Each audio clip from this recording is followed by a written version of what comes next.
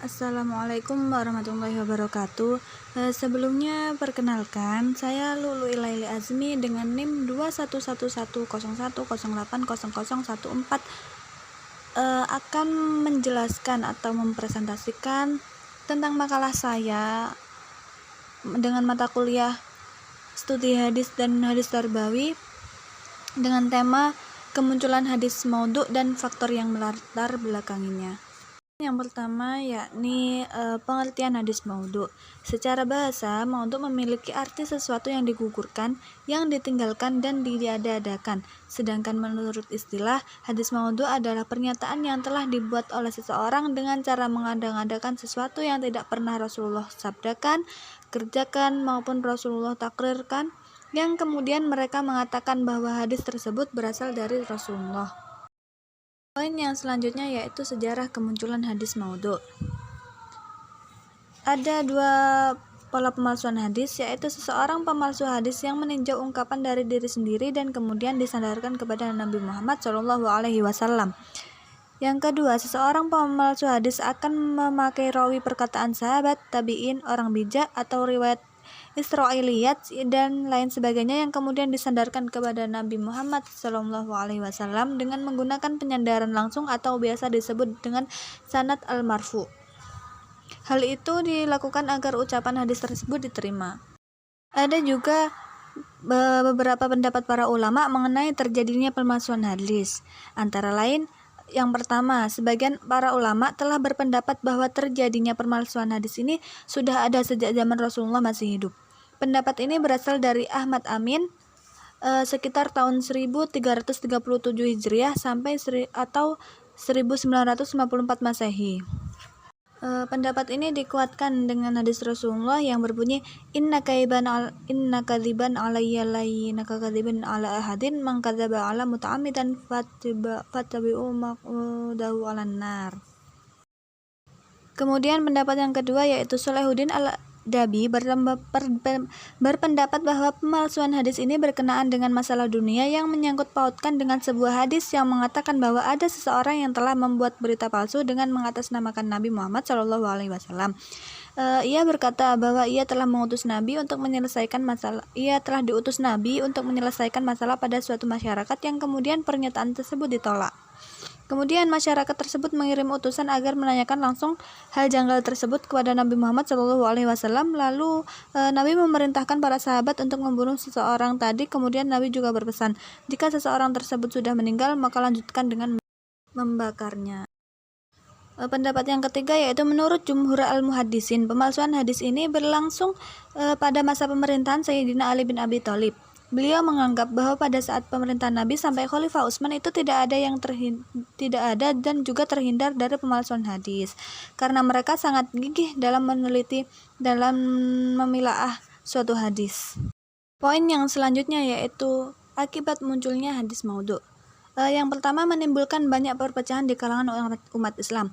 Perpecahan yang menyerang umat Islam ini menggunakan metode penyebaran hadis palsu. Mereka berusaha menguatkan golongannya dengan membuat hadis palsu, bahkan menyerang golongan dan menyerang atau musuh mereka dengan menggunakan hadis palsu juga. Dan yang kedua yakni mencemarkan nama baik pribadi Rasulullah SAW. Kemunculan hadis maudhu ini bertentangan dengan logika dan fakta yang ada. Dalam salah satu hadis maudhu ada yang mengemukakan bahwa sosok Rasulullah itu seolah-olah menggambarkan seseorang yang pelupa, bodoh, egois, dan kekanak-kanakan. Hal ini sangat mencemarkan nama baik Rasulullah dan bertentangan dengan kepribadian beliau yang sesungguhnya. Poin yang ketiga, yang selanjutnya yaitu mengaburkan pemahaman terhadap ajaran Islam. Sudah dijelaskan sejak dahulu bahwa sumber kedua setelah Al-Quran adalah hadis. Jika sumber hadis yang mereka peroleh itu ternyata palsu, lantas bagaimana pemahaman orang awam yang mereka belum tahu kalau hadis tersebut adalah palsu? Kemudian yang selanjutnya yaitu melemahkan jiwa dan semangat keislaman. Kesalahpahaman terhadap Islam juga menimbulkan keraguan dan juga kebimbangan yang menyelimuti keimanan umat Islam. Jika kekuatan umat Islam melemah, dikhawatirkan dapat melumpuhkan kekuatan umat Islam sehingga umat Islam tidak lagi menjadi umat yang disegani, bahkan bisa saja mereka tidak sanggup lagi untuk mengalahkan musuh. Poin yang selanjutnya yaitu faktor yang mempengaruhi munculnya hadis maudhu. Di antaranya yaitu yang pertama faktor politik. pertentangan politik dalam pemilihan khalifah setelah terbunuhnya Utsman bin Affan oleh pemberontak yang kemudian khalifah diganti dengan Sayyidina Ali bin Abi Thalib. Hal ini menimbulkan suatu perpecahan pada umat Islam yang kemudian Islam terpecah menjadi beberapa golongan, yaitu Syiah, Muawiyah, dan Khawarij. Kemudian faktor selanjutnya yaitu faktor kebencian dan permusuhan. Bukti keberhasilan dakwah Islam ditandai dengan semakin banyaknya orang yang memeluk agama Islam. Tetapi di sisi lain juga ada yang masuk agama Islam hanya karena ingin merusak agama Islam, karena beberapa dari mereka ada yang masih sebel bahkan sakit hati melihat Islam berkembang pesat. Golongan ini terdiri dari golongan Sindik, Yahudi, Majusi, dan juga Nasrani. Faktor yang selanjutnya yaitu faktor kebodohan. Banyak golongan kaum muslim yang sangat giat beribadah tapi mereka belum betul paham tentang ajaran Islam itu sendiri. Biasanya kaum ini disebut dengan kaum bangsa awam. Kemudian faktor yang selanjutnya yaitu faktor fanatisme yang keliru. Penguasa Bani Umayyah memiliki sifat yang cenderung fanatik dan realistik. Dalam hal ini mereka mendorong penguatan kaum Mawali yang membuat hadis palsu supaya agar mereka menyamakan dengan kaum Arab pada umumnya. Kemudian faktor yang selanjutnya yaitu adanya perbedaan pendapat dalam masalah ilmu fikih dan ilmu kalam. Perbedaan ini pada umumnya muncul pada pengikut suatu mazhab baik dalam ilmu fikih maupun ilmu kalam. Yang keenam yaitu banyaknya pembuat cerita atau pendongeng. Para ahli pembuat cerita atau Al-Qasasi marak pada akhir masa pemerintahan Harun ar-Rasyid, tetapi redup pada masa sesudahnya. Mereka membuat hadis palsu dengan tujuan agar pendengarnya tertarik terhadap apa yang mereka ceritakan. Lebih-lebih bisa membuat para pendengarnya terkagum-kagum agar mereka mendapat timbalan rezeki. Pada umumnya, hadis yang telah mereka buat itu cenderung tidak masuk akal dan sangat berlebihan. Kemudian faktor yang selanjutnya yaitu faktor pendekatan terhadap penguasa. Ada yang membuat hadis agar ia mendapatkan simpati maupun penghargaan dari pemerintah, seperti cerita Gayats bin Ibrahim. Ketika ia memasuki istana Al-Mahdi, kemudian ia melihat Al-Mahdi yang sedang melaga burung merpati. Kemudian ia berkata, Nabi SAW bersabda, tidak ada perlombaan kecuali dalam memanah, balapan unta, pacuan kuda, atau burung merpati. Gayats itu menambahkan konteks dalam burung merpati ini. Poin yang selanjutnya yaitu ciri-ciri hadis maudhu. Dikatakan sebagai hadis maudhu karena memiliki banyak ciri-ciri yang menunjukkan bahwa hadis tersebut tergolong hadis maudhu. Antara lain yaitu terdapat kejanggalan dalam hadis dan merusak maknanya. Yang kedua, adanya pengakuan dari pemalsu hadis itu sendiri. Yang ketiga, bertentangan jika dibandingkan dengan ketetapan Al-Quran dan Sunnah. Kemudian yang keempat yaitu kefasihan bahasanya tidak sesuai dengan bahasa Nabi. Yang kelima, adanya petunjuk bahwa perawi hadis tersebut merupakan seorang yang berdusta. Kemudian seorang perawi menyangkal bahwasannya beliau tidak pernah meriwayatkan kepada seseorang yang telah membuat hadis palsu tersebut. Ulama muhadisin juga telah membuat pedoman agar mereka mengetahui pengklasifikasian dari berbagai macam hadis. Salah satunya hadis maudhu ini.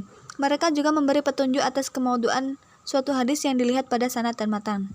Ciri-ciri yang terdapat pada sanad yaitu ciri-ciri yang terdapat pada sanad ada juga yang terdapat pada matan. Poin yang selanjutnya yaitu hukum meriwayatkan hadis maudhu.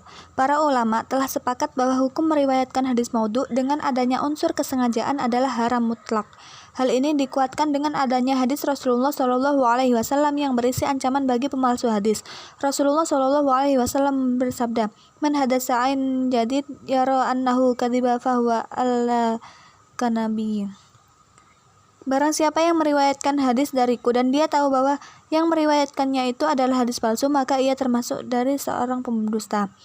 Berdasarkan hadis di atas, dapat kita simpulkan bahwa kita boleh meriwayatkan hadis maudhu asalkan niat kita meriwayatkannya tidak lain adalah untuk menunjukkan kepada orang yang kita syiarkan bahwa hadis yang kita lafalkan termasuk hadis maudhu.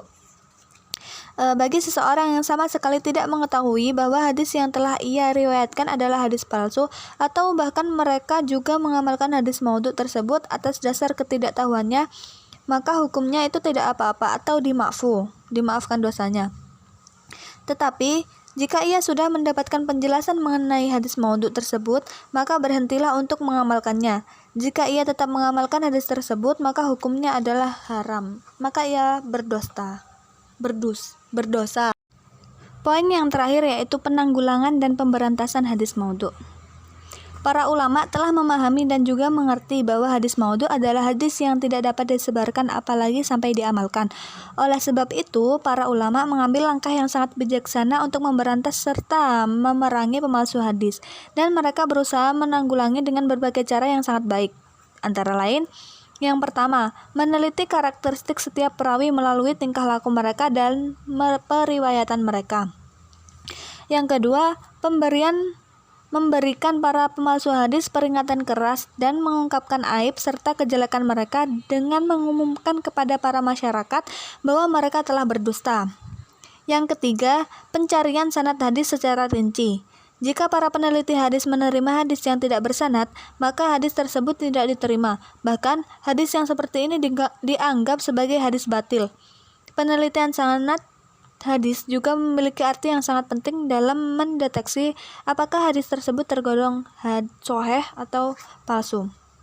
Kemudian yang keempat yaitu menguji kebenaran suatu hadis dengan cara membandingkan secara langsung dengan riwayat yang melalui jalur rawi lain serta membandingkan dengan hadis-hadis yang telah diakui keberadaannya. Kemudian mengungkapkan pedoman untuk mengungkapkan berbagai hadis maudhu. Menyusun kitab yang berisi himpunan hadis-hadis maudhu untuk memberi penerangan dan kejelasan kepada masyarakat tentang adanya keberadaan hadis maudhu tersebut. Kemudian yang terakhir yaitu meneliti perawi dalam status kejujurannya. Penelitian perawi ini merupakan salah satu upaya yang selektif dalam mencari kesahihan suatu hadis untuk memudahkan peneliti hadis untuk membedakan suatu hadis. Upaya dalam mengatasi gangguan hadis seperti sebelumnya, hal ini dilakukan oleh para ulama dan juga ahli hadis dengan mendapatkan prioritas tersendiri. Dengan kata lain, mengandalkan usaha para ulama terdahulu saja itu tidak cukup. Ilmu hadis itu sifatnya berkembang. Jadi, kemungkinan potensi munculnya hadis palsu serta tersebarnya hadis palsu di kalangan umat Islam dapat teratasi dengan baik. Upaya yang besar dalam menangani sebuah persoalan dalam pemalsuan suatu hadis dilakukan para ulama hadis serta peneliti hadis terdahulu. Mereka mengembangkan konsep dasar metodologi penelitian hadis dalam berbagai kaidah yang terdapat dalam ilmu hadis serta dibukukannya hadis-hadis yang mengakibatkan peluang seorang pemalsu hadis semakin sempit. Dengan adanya kaidah-kaidah tersebut, hadis yang berkembang di masyarakat sudah diteliti dan juga sudah jelas kualitasnya. Di sini saya juga akan mencontohkan contoh hadis maudhu. Yang pertama, An Ibnu Abbas bin Malik radhiyallahu anhu qala Rasulullah sallallahu alaihi wasallam utlubul ilma walau bisin. Dari Anas bin Malik bahwa Rasulullah sallallahu alaihi wasallam bersabda, tuntutlah ilmu walaupun ke negeri Cina. Hadis ini dianggap maudhu sebab perawinya yang bernama Abu Atikah Thorif bin Sulaiman dikenal sebagai pemalsu hadis. Walaupun hadis ini tergolong sahih, namun Ibnu Anas bin Malik tidak pernah mengaku bahwa ia telah meriwayatkan hadis kepada Abu Atikah. Abu Atikah ini juga termasuk pemalsu hadis. Jadi hadis ini bisa disebut sebagai hadis maudhu seperti itu. Demikian presentasi dari saya. Mohon maaf apabila ada kekurangan maupun kesalahan dari tutur kata saya. Kurang lebihnya mohon maaf. Wassalamualaikum warahmatullahi wabarakatuh.